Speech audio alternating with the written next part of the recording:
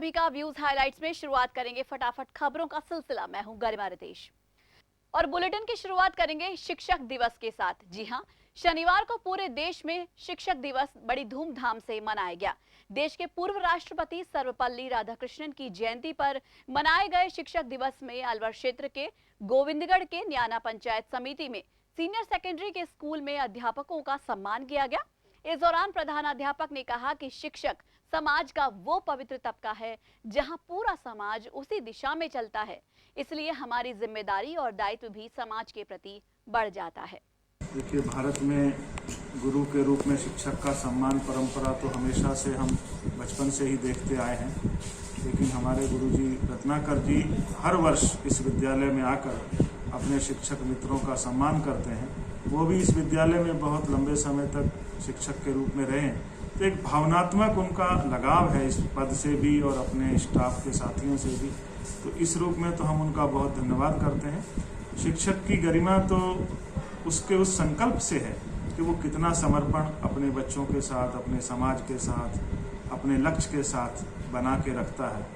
वहीं silver okay school के अभिभावकों ने आज स्कूल में फीस माफी को लेकर धरना प्रदर्शन किया, लेकिन स्कूल प्रबंधन का कहना है कि मामला कोर्ट में चल रहा है, जो भी फैसला होगा वो मान्य होगा। अभिभावकों ने बताया कि आज फीस माफी को लेकर स्कूल प्रबंधन से मिले। उनका कहना है कि फीस जमा नहीं कराने पर बच्चों को नाजायज रूप से प्रताड़ित किया जा रहा है, साथ ही नाम काटने की धमकी भी दी जा रही है। 6 माह से अभिभावकों के रोजगार छिन गए हैं, उसके बावजूद भी स्कूल तानाशाही पूर्ण रवैया अपना रहा है। उन्होंने लॉकडाउन के दौरान फीस माफी की मांग की। देखिए, फीस के मुद्दे पर हम सब अभिभावक ने करीब 2 दिन पहले स्कूल प्रशासन से मिले थे, विचार किया था बातों पर हमारी पर। उन्होंने आज हमें 11 बजे यहाँ मिलने के लिए बुलाया। हम सब अभिभावक का ये मानना है कि जैसे सरकार चाहती है नो स्कूल नो फीस, और सही बात यह है कि आज के दौर में अभिभावक कहीं का भी हो फीस जमा नहीं करा सकता बच्चों की, क्योंकि 6-7 महीने से घर बैठा है, खाने की भी प्रॉब्लम हो रही है, फीस तो बहुत दूर की बात है। परंतु स्कूल प्रशासन द्वारा नाजायज़ तरीके से दबाव बनाया जा रहा है कि फ़ीस जमा कराइए, अन्यथा ऑनलाइन से नाम हटा दिया जाएगा, नाम पृथक कर दिया जाएगा, बच्चे को निकाल दिया जाएगा, बच्चे को हरेसमेंट किया जाएगा, बच्चे को प्रताड़ित किया जाएगा। ऐसा नहीं हो सकता। सर, जहाँ तक मुझे पता है 8 कोर्टों में यही डिसीजन हुआ है स्कूल्स को कि वो सिर्फ ट्यूशन फीस लें। मैं उसी को मद्देनज़र रखते हुए अब तक अपने बच्चों से सिर्फ ट्यूशन फी ही लेते आई हूँ। आगे क्या, ये मामला शायद कोर्ट में चल रहा है, इसका डिसीजन आने की देर है। एक बार डिसीजन आ जाता है तो जैसा फैसला सरकार करेगी वैसा हम लोग करेंगे। नगर परिषद प्रशासन द्वारा पॉलिथीन थैलियों को बंद कराए जाने में दुकानदारों में खासी असमंजस की स्थिति बनी हुई है। दुकानदारों का कहना है कि पॉलिथीन थैलियां बंद किए जाने के इस अभियान का वो तहे दिल से स्वागत करते हैं, लेकिन विकल्प क्या है? नमकीन के दुकानदारों के लिए कोई विकल्प नहीं होने से वो खासे डरे हुए हैं। प्रशासन से यही कहना चाहेंगे कि तो पॉलिथीन बंद कर रहे हो, अच्छी बात है, और उसके हम एग्री भी करते हैं, पर उसका कुछ विकल्प तो क्या, हम दुकानदारी का माल दे तोल के, तो उसके लिए कोई विकल्प उपलब्ध करवाए हमारे लिए। पॉलिथीन बंद की जा रही है। नगर परिषद अभी आपकी दुकान पर भी आए, नगर परिषद कर्मचारी अधिकारी, तो क्या लग रहा है आपको पॉलिथीन बंद हो जाएंगी तो क्या आप विकल्प नहीं है आपके पास, किस तरीके से सेल करेंगे? जी, मैं नगर परिषद और रोटरी क्लब वालों को बहुत बहुत धन्यवाद देना चाहूँगा कि इस मुहिम से जुड़े हैं। मैं भी चाहता हूँ कि ये पॉलिथीन बंद होनी चाहिए, लेकिन इसका एक विकल्प होना चाहिए दुकानदारों के पास। ये विकल्प जरूरी है। हम इस तरह की पीपी पन्नी, फ्री पॉलिंग जिसको बोलते हैं, वो पन्नी यूज ले रहे हैं। कृपया अवगत कराएं कि उस तरह की पन्नियाँ हमें चलानी चाहिए या नहीं चाहिए। अलवर जिले में पुलिस अब अवैध शराब के खिलाफ कार्रवाई शुरू करेगी। इसके लिए अलवर पुलिस द्वारा डिकॉय ऑपरेशन चलाकर कार्रवाई की जाएगी। पुलिस अधीक्षक को लगातार ये शिकायत मिल रही थी कि अलवर शहर सहित जिले में अंग्रेजी और देसी शराब की अवैध दुकानें खुली हुई हैं। इस संबंध में अतिरिक्त पुलिस अधीक्षक शिवलाल बैरवा ने बताया कि पुलिस अधीक्षक तेजस्विनी गौतम ने सख्त निर्देश दिए हैं कि अवैध शराब बिक्री केंद्रों पर सख्त कार्रवाई की जाए। जिस भी शराब ठेकेदार ने एक ठेकी की कई ब्रांच खोल रखी है, उन्होंने बताया कि लाइसेंस वाली जगह के अलावा जहां भी दूसरा ठेका चलता मिले, उस ठेकेदार के खिलाफ सख्त कार्रवाई की जाएगी। बिल्कुल, श्रीमान एसपी महोदया के पूरे अलवर ज़िले के लिए सख्त निर्देश है। ऑल एसएचओ को, डिप्टी एसपी साहिबान को और एडिशनल एसपी हम सबको निर्देशित किया गया है कि अवैध शराब की बिक्री के खिलाफ सख्त से सख्त कार्रवाई करें। अवैध शराब की एक भी दुकान, ब्रांचेज और गलत तरीके से लाइसेंसी जगह को छोड़ के अगर बिक्री है तो उसको बंद करवाई जाए और उसके खिलाफ कानून सम्मत कार्रवाई की जाए। वहीं अलवर पुलिस की ओर से OLX पर बढ़ती ठगी की वारदातों को देखते हुए आज सभी बैंक प्रबंधकों की एक बैठक पुलिस अन्वेषण भवन में बुलाई गई। सभी बैंक कर्मियों से कहा गया कि वो इस बारे में काफी सतर्क रहें कि गलत ID पर कोई फर्जी अकाउंट तो नहीं खुल रहा है। अतिरिक्त पुलिस अधीक्षक शिवलाल बैरवा ने कहा कि बैंक को सतर्क करने के पीछे उद्देश्य यही है कि OLX पर जो ठगी की वारदातें हो रही हैं उनको रोका जाए, क्योंकि ठगी करने वाले सबसे पहले किसी ना किसी बैंक में अपना अकाउंट खुलवाते हैं और फिर उसी में लेन देन करते हैं। जिससे भी ठगी करते हैं उससे पहले बैंक में ही रकम जमा कराई जाती है और उस रकम को ठगी करने वाले हाथों हाथ निकलवा कर मोबाइल फोन बंद कर देते हैं। OLX फ्रॉड के संबंध में श्रीमान SP साहब के द्वारा सभी बैंकर्स को बुलाया गया था। उनके साथ एक सामान्य बैठक इस संबंध में है कि OLX फ्रॉड को रोकने के लिए और हम बेहतर क्या व्यवस्था कर सकते हैं, बैंकर्स से क्या क्या चीज़ें हम प्राप्त कर सकते हैं ताकि OLX फ्रॉड और जो फर्जी अकाउंट खोलते हैं उनको रोका जा सके। वहीं कोरोना महामारी की रोकथाम और उसके बचाव के लिए जिला प्रशासन द्वारा लाउड स्पीकर्स पर लोगों को जागरूकता संदेश दिया जा रहा है, लेकिन इसके बावजूद शहर के दुकानदार मास्क का किस तरीके से उपयोग कर रहे हैं ये हमारी टीम ने जाना। शनिवार को अलवर शहरी क्षेत्र के दुकानदार बिना मास्क के दुकानदारी करते नजर आए।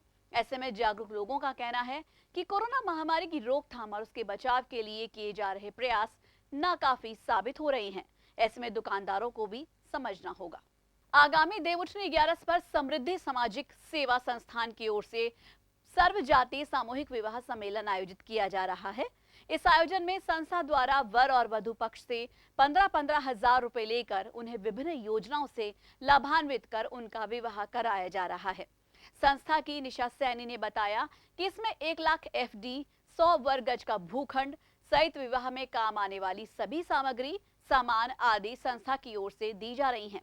समाज में दहेज जैसी कुरीतियों का अंत हो, यही इस संस्था का मुख्य उद्देश्य है। धन्यवाद करना चाहूँगी 10वां सर्वजातीय सामूहिक विवाह सम्मेलन समर्थित सामाजिक सेवा संस्थान की तरफ से, जो कि इसके हेड हैं, जयपुर से हेड ब्रांच हैं, इसके हेड हैं सुरेश जी माली, प्रदेश अध्यक्ष भी हैं और इस ब्रांच के हेड भी हैं। उन्होंने अलवर शहर में मुझे ये जिम्मेदारी दी है सामूहिक विवाह सम्मेलन की, जिसमें मुझे 251 जोड़े बनाने हैं। मेरे पास जोड़े आ भी रहे हैं। ये बहुत ही अच्छी पहल है। मैं उनको बहुत उनकी आभारी हूँ और धन्यवाद देना चाहूँगी सुरेश सर को। और व्यूज में इसी के साथ वक्त हो चला एक छोटे से ब्रेक का, लेकिन आपका ही मजा आएगा। देखते रहिए माध्यम।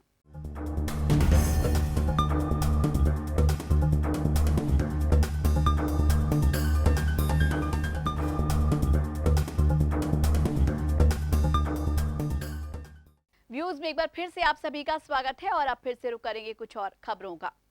अलवर पुलिस अधीक्षक तेजस्विनी गौतम के निर्देश पर शहर कोतवाल राजेश कुमार ने आज अपना पदभार ग्रहण कर लिया। उन्होंने मीडिया से बातचीत में कहा कि अपराध नियंत्रण करना और लोगों की परियोजनाओं को समझकर उन्हें न्याय देना उनकी सबसे पहली प्राथमिकता होगी। उन्होंने कहा कि चोरी की वारदातें होती रहती हैं, लेकिन उनकी कोशिश होगी कि गश्त और पुलिस की निगरानी से वो अव्वल चोरियों में कमी लाएं और इसके बावजूद भी अगर चोरी होती है तो उसका जल्द खुलासा किया जाएगा ताकि लोग भय मुक्त हो सके। इस अवसर पर उन्होंने थाने के अन्य कर्मचारियों से मौजूदा अपराधों की स्थिति पर चर्चा की और पेंडिंग केसेस के बारे में जानकारी ली। आज कोतवाली अलवर में SHO के रूप में ज्वाइन किया है। मेरी प्राथमिकता अपराध का नियंत्रण करना, अपराधियों पर कंट्रोल करना, क्षेत्र की जनता की परिवेदनाओं को समय पर सुनकर उनका निस्तारण करना, ये मेरी सर्वोपरि प्राथमिकता रहेगी। और आम जनता को पुलिस में विश्वास और अपराधियों में डर। चोरी की जिस तरह से चोरी की घटनाएं अक्सर होती हैं, लेकिन हमारी प्राथमिकता ये रहेगी कि अव्वल तो गश्त, नाकाबंदी वगैरह से चोरी में कमी आए और फिर भी अगर वारदातें होती है तो हम उनका शीघ्र खुलासा करने का प्रयत्न करेंगे। अलवर जिले में बढ़ते कोरोना के संक्रमण को देखते हुए अलवर शहर के मुख्य शिव मंदिर त्रिपोलिया महादेव मंदिर को आगामी 30 सितंबर तक बंद रखने का निर्णय लिया गया है। इस बाबत प्रन्यास मंदिर श्री त्रिपोलिया महादेव जी महाराज की बैठक महंत जितेंद्र खेड़ापति की अध्यक्षता में संपन्न हुई। बैठक में राष्ट्रव्यापी महामारी कोरोना के विषय में विस्तृत चर्चा की गई।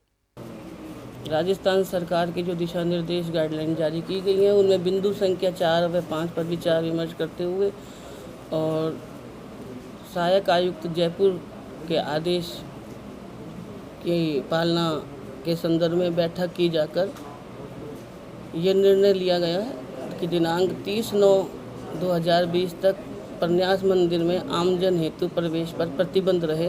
वहीं अलवर जयपुर रोड अयोध्या राम आश्रम के सेवक की शुक्रवार को हुई निर्मम हत्या के बाद पुलिस द्वारा मामले की छानबीन किए जाने पर मृतक के भाई राजेश ने बताया कि उसका भाई आशु शुक्ला पिछले 2.5 साल से आश्रम में रह रहा था और बाबा पुरुषोत्तम दास ने ही उसे सेवा के लिए बुलाया था। पुलिस ने बताया कि मृतक का मेडिकल बोर्ड से पोस्टमार्टम करवाया गया है। फिलहाल जांच जारी है। 2.5 साल से 3 साल से रह रहा था। वो बाबा जी हैं, वो उन्हें बुलवाया था कि कोई चेला ले आओ, तो बोले कि चेला बहुत बढ़िया है। स्वामी जी एक और थे इनके साथ में, वो बोले कि उनका नाम चंद्रा ऐसे कुछ नाम था उनका। यहाँ क्या करते थे? यहाँ सेवा सत्कार करते थे, अंधर आदमी थे तो सेवा सत्कार करते। उन्होंने बुलाया फिर तो बाबा ने बुलवाया कि नहीं अब यहीं तुमको रहना है, मेरी सेवा सत्कार करना है और तुम यहीं आराम से रहो। शादी वादी भी हुई है क्या? शादी उसकी तय थी, आसो ठंडी में शादी थी उसकी। कितनी उम्र होगी आपके भाई की? उम्र दादा शायद भी 25 साल है, 25 साल है उम्र है। अच्छा हाँ। तो कितने पहले आए यहाँ पर आश्रम में? यहाँ 2.5 साल पहले आया, 2.5-3 साल पहले आया। किसी से कोई आपको लग रहा है विवाद था क्या था? नहीं, किसी से उससे विवाद नहीं था। कल अयोध्या धाम आश्रम में जो घटना घटित हुई थी जिसमें आशु शुक्ला जी की मृत्यु हुई थी, उसके परिवारजन आज आ गए हैं। उनको मौजूदगी में आज पोस्टमार्टम कराया जा रहा है। पोस्टमार्टम कराकर उनको बॉडी सुपुर्द की जा रही है और नियमानुसार अनुसंधान किया जा रहा है और मुजरिमों को पता लगाने की पूरी कोशिश चल रही है। बहरोड उपखंड के जखराना गांव में अवैध रूप से देसी शराब बना रहे लोगों पर पुलिस ने कार्रवाई की। बहरोड थाना प्रभारी विरोध कुमार सांखला ने बताया कि जखराना गांव में अवैध रूप से देसी शराब बनाने की सूचना मिल रही थी, जिस पर टीम गठित कर मौके पर दबिश दी गई तो लगभग 200 लीटर वॉस नष्ट किया गया। साथ ही 10 लीटर अवैध शराब के साथ जखराना निवासी अजय को गिरफ्तार किया गया है। पुलिस ने मामला दर्ज कर कार्रवाई शुरू कर दी है। अखिल भारतीय कर्मचारी महासंघ भामस ने राज्य सरकार द्वारा कर्मचारियों के वेतन काटने का विरोध करते हुए ज्ञापन सौंपा। कर्मचारी महासंघ के संजय कौशिक ने बताया कि आज जिला कलेक्टर को ज्ञापन दिया गया है, जिसमें राजस्थान सरकार से कर्मचारियों के खिलाफ लिए गए निर्णय को वापस लेने की मांग की गई है।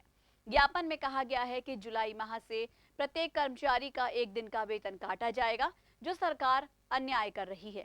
एक तरफ तो राजस्थान सरकार अपने विधायकों को विदेश घूमने के लिए 3-3 लाख रुपए का पैकेज दे रही है, वहीं अल्प वेतन भोगी कर्मचारियों का प्रतिमाह वेतन काटा जा रहा है, जो कर्मचारियों के हित में नहीं है।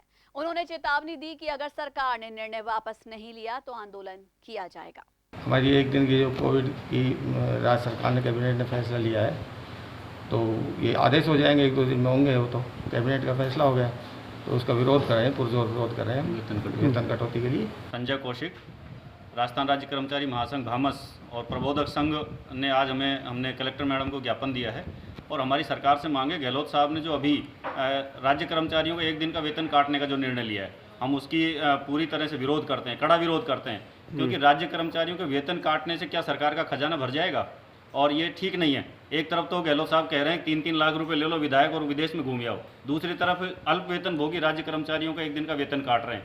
पूर्व उप मुख्यमंत्री सचिन पायलट के 43वें जन्मदिन के अवसर पर बहरोड में 7 सितंबर को सुबह 9 बजे से शाम 3 बजे तक कैलाश हॉस्पिटल में विशाल रक्तदान शिविर का आयोजन किया जाएगा। रक्तदान शिविर को लेकर बहरोड से कांग्रेस नेता बस्तीराम यादव के नेतृत्व में तैयारियों के लिए कार्यकर्ताओं की बैठक का आयोजन किया गया। राजस्थान के पूर्व मुख्यमंत्री माननीय सचिन पायलट साहब के 43वें जन्म दिवस पर बहरोड विधानसभा क्षेत्र के सभी कार्यकर्ताओं ने एक विशाल रक्तदान शिविर आयोजित करने का फैसला किया है। आने वाली 7 सितंबर को सोमवार को कैलाश अस्पताल में हमारे नौजवान साथी पायलट साहब के जन्म दिवस पर रक्तदान करेंगे। आज दर्जनों गाँव के नौजवान साथियों ने तैयारियों के लिए यहाँ पर मीटिंग बुलाई, जिसमें सैकड़ों नौजवान साथी इकट्ठा हुए और सबने फैसला किया कि हर गांव से नौजवान साथी आकर के रक्तदान करेंगे। अनलॉकिंग की प्रक्रिया हर जगह जारी है। ऐसे में प्रशासन द्वारा कुछ गाइडलाइंस की पालना के साथ काफी छूट भी दी गई है, लेकिन हम सभी को सतर्क तो रहना है। इसलिए माध्यम टीवी आप सभी से गुजारिश कर रहा है कि भीड़ भाड़ वाली जगहों पर जाने से बचें। बहुत जरूरी हो तो ही बाजारों में निकले, लेकिन मास्क लगाना ना भूलें। साथ ही बार बार अपने हाथों को सैनिटाइज करते रहें। कम से कम 2 गज की दूरी का ध्यान रखें, क्योंकि कोरोना वायरस से बचाव ही उपचार है। तो आज के लिए व्यूज में बस इतना ही। अपने इलाके की हर खबर जानने के लिए आज ही अपने स्मार्टफोन पर यूट्यूब चैनल के जरिए सब्सक्राइब कीजिए माध्यम टीवी और देखिए खबरों के साथ साथ मनोरंजन और हर तरह की जानकारी पाने के लिए रोचक कार्यक्रम। नमस्कार।